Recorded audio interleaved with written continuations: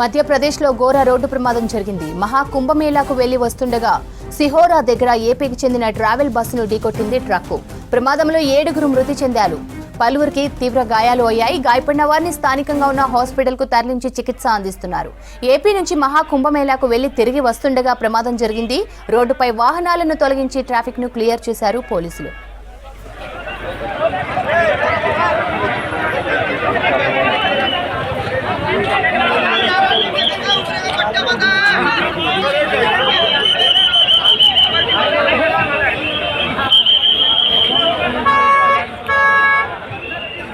మధ్యప్రదేశ్లో ఘోర రోడ్డు ప్రమాదం జరిగింది. మహా కుంభమేళాకు వెళ్లి వస్తుండగా సిహోరా దగ్గర ఏపీకి చెందిన ట్రావెల్ బస్సును ఢీకొట్టింది ట్రక్కు.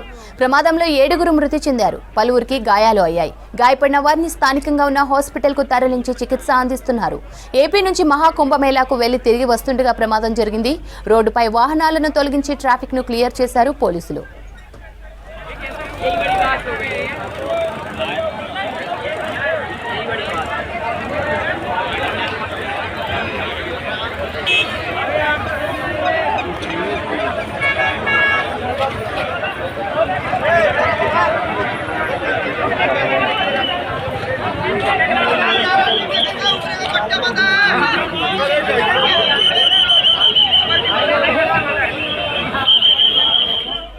మధ్యప్రదేశ్లో ఘోర రోడ్డు ప్రమాదం జరిగింది. మహా కుంభమేళాకు వెళ్లి వస్తుండగా సిహోరా దగ్గర ఏపీకి చెందిన ట్రావెల్ బస్సును ఢీకొట్టింది ట్రక్కు.